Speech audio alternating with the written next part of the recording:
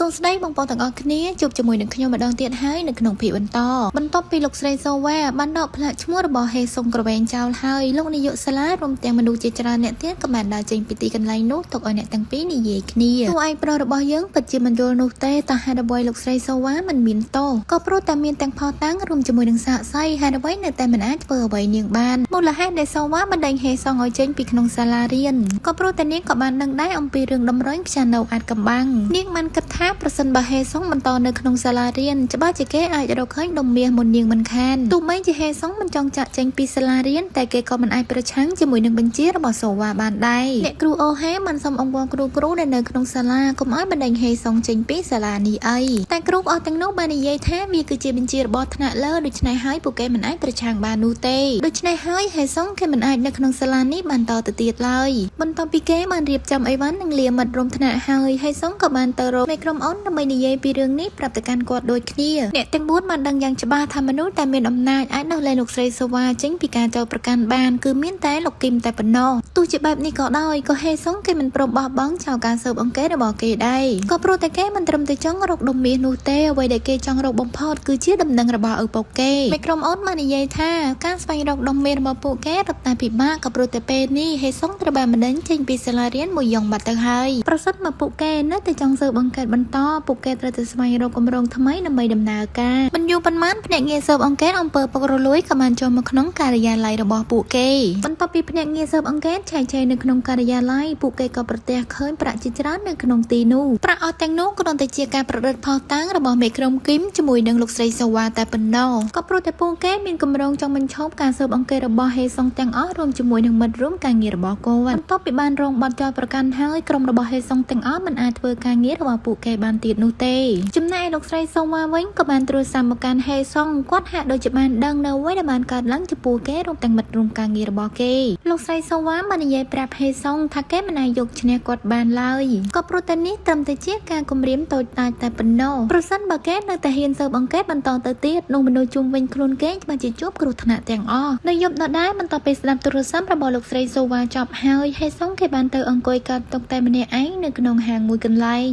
ចំណែកអ្នកគ្រូអូហេវិញក៏បានចូលមកលួងលោមហេសុងក៏ព្រោះតែនាងទើបតែបានដឹងអំពីរឿងរ៉ាវដែលកើតឡើងទៅលើក្រុមរបស់គេហេសុងពេលនេះមិនចង់ធ្វើរឿងនេះបន្តទៅទៀតនោះទេក៏ព្រោះតែលោកស្រីសូវ៉ាបានគំរាមគេថាជនរងគ្រោះបន្តអាចគឺជាអ្នកគ្រូអូហេព្រាមនោះតួឯកស្រីរបស់យើងក៏បាននិយាយភ្លាមថានាងមិនខ្លាចនឹងការគំរាមកំហែងរបស់លោកស្រីសូវ៉ាឡើយតែអ្វីដែលនាងខ្លាចពិតប្រាកដនោះការដែលលោកស្រីសូវ៉ាទទួលជោគជ័យជាមួយនឹងគម្រោងការអាក្រក់ដែលនាងបានធ្វើប្រព័ន្ធអប់រំទូទាំងប្រទេសកូរ៉េច្បាស់ជាត្រូវបានបំផ្លាញទាំងស្រុងដោយស្នាដៃរបស់នាងដោយមានការលើកទឹកចិត្តពីសំណាក់តួឯកស្រីទីបំផុតហេសុងក៏សម្រេចចិត្តធ្វើការងាររបស់គេបន្តទៅទៀតតែហេសុងគេមិនអាចធ្វើការងារអស់ទាំងនេះតែម្នាក់ឯងបាននោះទេគេក៏បានសម្រេចចិត្តតាក់ទងទៅកាន់មេក្រុមអូនដើម្បីសុំជំនួយចំណែកមេក្រុមអូនវិញគាត់ក៏បានសួរការសម្រេចចិត្តរបស់កូនក្រុមគាត់ពួកគេក៏សម្រេចចិត្តថាជួយហេសុងដើម្បីសម្រេចប្រតិបត្តិការដែលគេត្រូវធ្វើក្រឡេកមកមើលលោកស្រីសូវ៉ាវិញម្ដងពេលនេះនាងកំពុងតែធ្វើទរណកម្មទៅកាន់នាយកគឹមក៏ព្រោះតែនាយកគឹមបានអើពើជាមួយនឹងនាងនៅពេលដែលនាងជួបការលំបាកចំណែកលោកគឹមវិញកំពុងតែសុំការអភ័យទោសដែលគាត់ធ្វើបែបនេះដល់លោកស្រីសូវ៉ាលោកគឹមពេលនេះមិនអាចប្រឆាំងជាមួយនឹងនាងបាននោះទេអ្វីដែលគាត់អាចធ្វើបានគឺមានតែការស្រោបតាមនាងតែមួយមុខគត់បន្ទាប់ពីនាងបានមកកាន់តំណែងនៅក្នុងសាលារៀនប៊ូយ៉ុងវិញ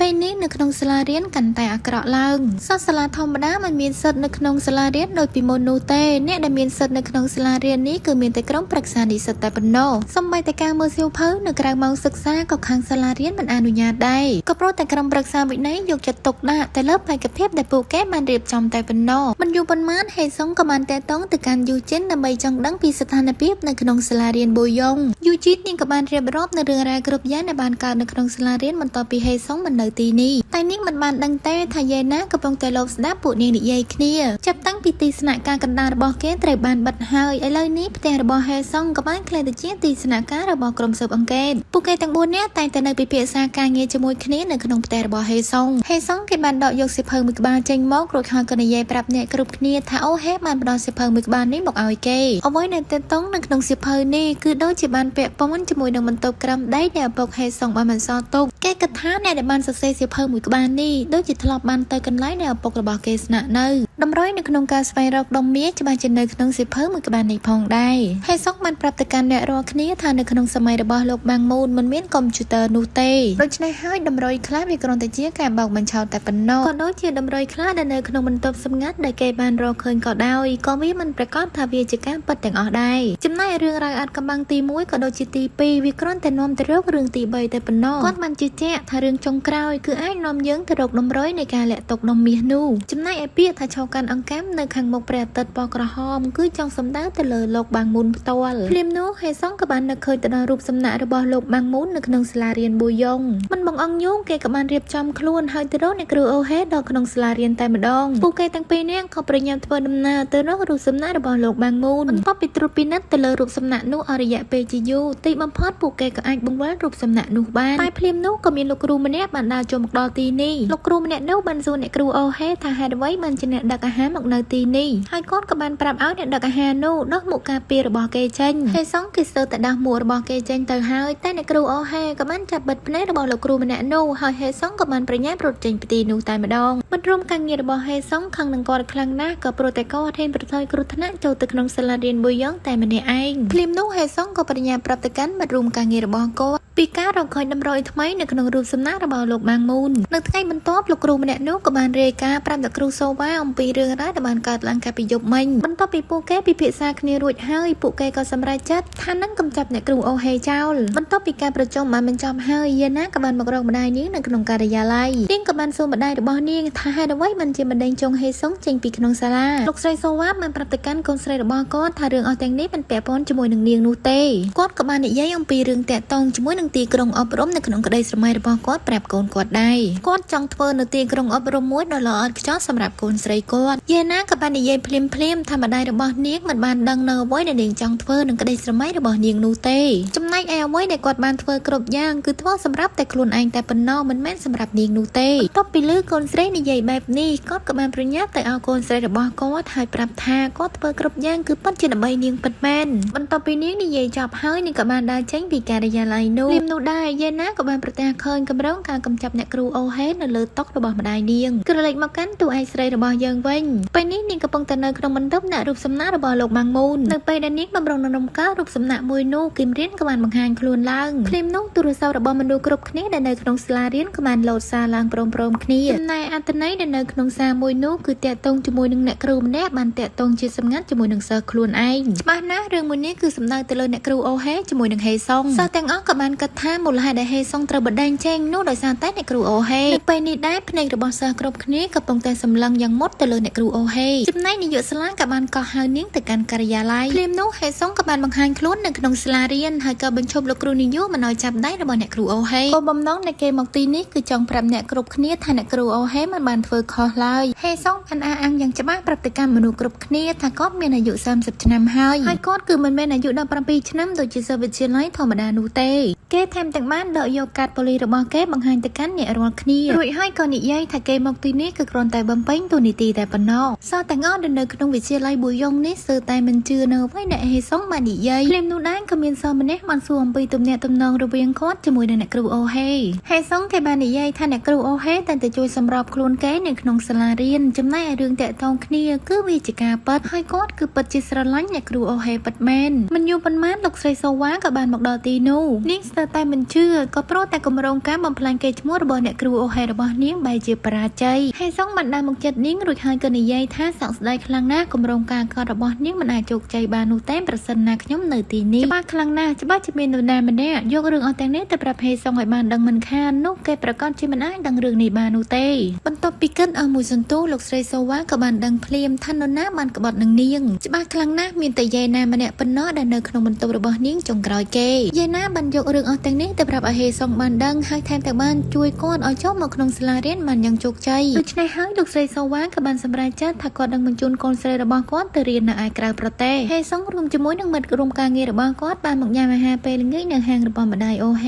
ปูแก้กับบ้านในย่อมปีปิจจามารับในขนมสลาเรียนบุยยงพองได้ให้ซ่องแกกับบ้านยนย้ำรุ่ยให้บ้านในย่เตี้ยถ้าเฟมันแม่นจีปิจจามารับนูเต้เวคือเจียกาเปิดแตงอ้อบรรทมงเตี้ยก็กับบ้านในย่อมปีกำร้องลุยโจตะขนมสลาเรียนบุยยงมาดองเตี้ยก็โปรแต่ก็เตอแต่ดังปีอันกำบังในขนมรูปสำนักระบอโลกบางมูน้อยบ้านแต่เรื่องนักกวยสองสได้ปูแก้มันเป็นคณีกรุบกร้อนสำหรับเทอการเงี้ยมวยนูเต้กำร้องการระบอปูแก้จะหอยนักก็เตอการมนุษย์ปรำเป้าแต่ปรำใบเนี่ยได้บรรทปีบ้านลือสำได้ระบอเฮซ่องในใหญ่แบบนี้เฮ้ยมันได้ระบอเนี่ยครูโอเฮกับมันบางเวียงโนนใจมอกดำใบออกก้นดอกเฮซ่องในบ้านจูสองครูกอนเสระบองกอดโดยชนะกอดนังช่วยแต่การเกวิงมาได้ระบอโอเฮมันปราศมาสปีประบอกอดหากับบ้านหากอนเจ้าระบอกอดจิตราเนี่ยดำใบหมกจุยเฮยซ่องมินในท่าก้าปีเนอเขมงก้อนก็เจียมนุษย์ดำมินเกยชั่วมันทอมานั่งในขนมสังคมบังทอมโดยขี้บรรทไปประมอกอนเจ้ารุ่ยเฮยพวกแค่ก็ประยัดเธอปฏิบัติการมวยนูเพลียมเฮซ่องมันเอาเขมงตำแหน่งเอาแตงนกใครมันล้องตัวจิตแผนงเงยเสือบังเกตพวกแค่มันหมกจับโคลนระบอในอยู่ศาลาบรรทไปลูกไซโซวาเธอดำนาหมกดอศาลาเรียนโบยงเฮซ่องกับมันปรับติการลูกไซโซวาทัศนะเลิกมันบรรจุนคอดหมกการตีนี่คอดมันปรับติดท่ามิ้นจาระจนปีประเทศโกเรคางเจิงบ้านหมกแหลกคลุ้นหนึ่งขนมศาลาเรียนโบยงนี่โดยชนะกดเตยโจตะคางขนมดำใบเสือบังเกตหนึ่งจับคลุ้นเกยจำนายเอเมโนดำมันได้ตัวเธอเจจระจนนุกเกยกจียองฮอนเลี้ยมนุกลูกไซโซวากับมันตุนซับติการในยุศาลาดำไม่ไอคอดนอมคณีระบอคอดหมกการศาลาเรียนเจมันตวันบรรทไปลูกไซโซวามันจะเจงปิตีกันในนูไม่กรมอ้นกับมันปริญญาปรับไอเฮซ่องแต่ทว่าคางเงี้ยแต่เกยจองทว่าเลยนี่เพลียมเตอร์บรรทไปเฮซ่องบังวารุสำนักเกยกับมันคนจะรอครามได้ดอสำงัดมวยแต่ในคางกรมนูคือมันมินเมียนูเต้แต่ก็ใบจีบันเคยกรงจังระบอสะสอบมวยตะเวงบรรทปีแก้มันเคยเนลิกาได้ในขนมใดระบอสะสอบหายแก้มันอายตบตึกในบานูเต้ก็เพราะแต่เนลิกามวยนุกคือจีระบอปกเกตอนนี้ปัจจิสาทรัพย์ระบอปกไฮซ่องเมนได้หรือเต้ก็เพลงตำนานแต่งเอาคนี้จมูกนางเงดมิ้นหนึ่งเพียบรรทม